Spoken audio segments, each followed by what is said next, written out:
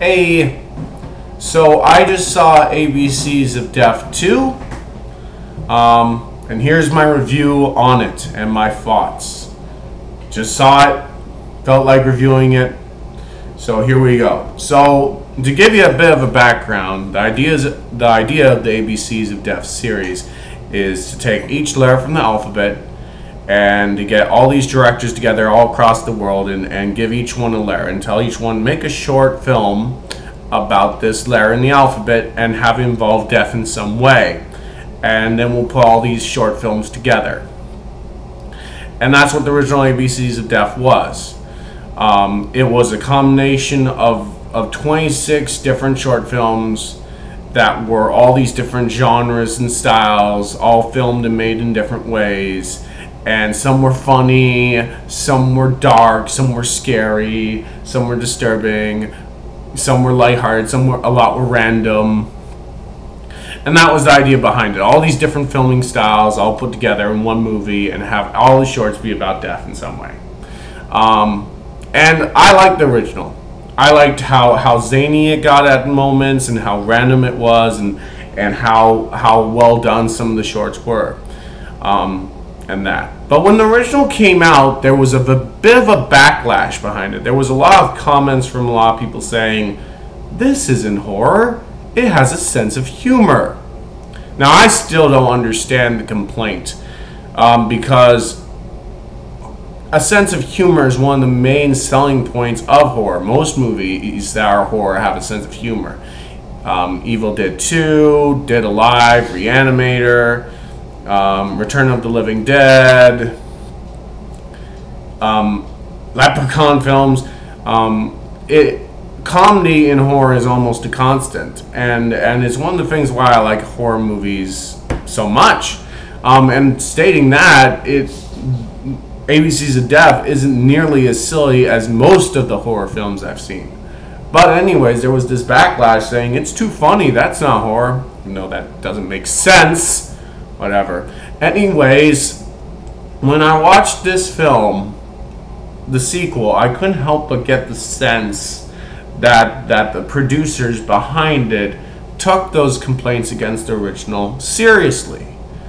And after hearing all those complaints while this was being made, the producers grabbed each one of the 26 directors working a short on the film and they grabbed them by the collar and they said, "Hey, the short you're making, it better be dark, it better be creepy, it better be depressing, it better be horror-like, or else we'll kick you in the butt! Do it!" And as a result, this film has a far more consistent tone. It's not all over the map. There's not really, really bad shorts, but then amazing shorts. They're all kind of the same quality. They're all pretty good, pretty gosh darn good. Like, there's no really bad ones, but there's no unbelievably amazing ones like with the original with V and L. None are that high, but none are as bad as M was in the original. They're all way better than that. So it's far more consistent in tone, and each one has a dark beat, a dark downbeat beat. Now, don't get me wrong. There's a couple of shorts that are funny. But they're all near the beginning of the film. At least that's the way it feels. The funny ones are near the start, and then as it goes, it gets downer and downer beat and downer beat. And because of this consistent dark feel of the shorts, and because of the constant use of the color black, and because of that very repetitive but very eerie and downbeat score, and because of Zed, which has got to be one of the most depressing and sad and disturbing things I have ever seen. Like, seriously, if you watch the short Zed, it leaves you sad. Because of all that, the ending product here is really depressing and really somber and downbeat and hard to enjoy. It's like the movie May. It's not fun. It's sad. Like, imagine the original ABCs of Death being like Monster Squad, like how happy and silly and random. Like, original's like Monster Squad, and this is like May. it's just sad. It's like, just think of the most depressing movie you ever saw. That's this. It's sad. It was over. That ending, Zed, is just so depressing and so messed up. Like, Zed will leave a mark on you. It will. Now, so I did not like it, obviously, as much as the original, because it's so downbeat compared to the original. It's just so downbeat. Stating that, though, on a technical level, it is much better made than the original, and because of its more consistent tone, I feel that horror fans in general say that the sequel is the better of the two. They'll point to it and they'll say, this is what the original should have been. This is what it should have been. And as a result, this one's going to get the higher cult following. This one's going to get praised a lot more. People are going to get behind this one a lot more. But you guys, I just found it sad. A few other interesting things to note about the film, though, is two of the shorts specifically have homosexual pro themes. So I wouldn't call it a LGBTQ pro horror movie, but it does a lot more theme-wise for that than most movies do. And like, it's not on the level of Nightmare on Elm Street 2, but it's actually kind of refreshing.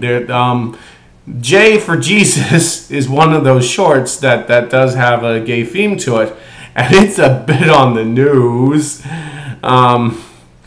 Bound to anger some Christians.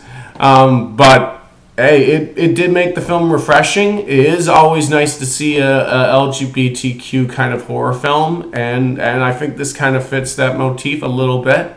Also, another interesting thing to note, there was a lot more shorts in this that just, to me, didn't make sense. Now, this doesn't mean that they're bad.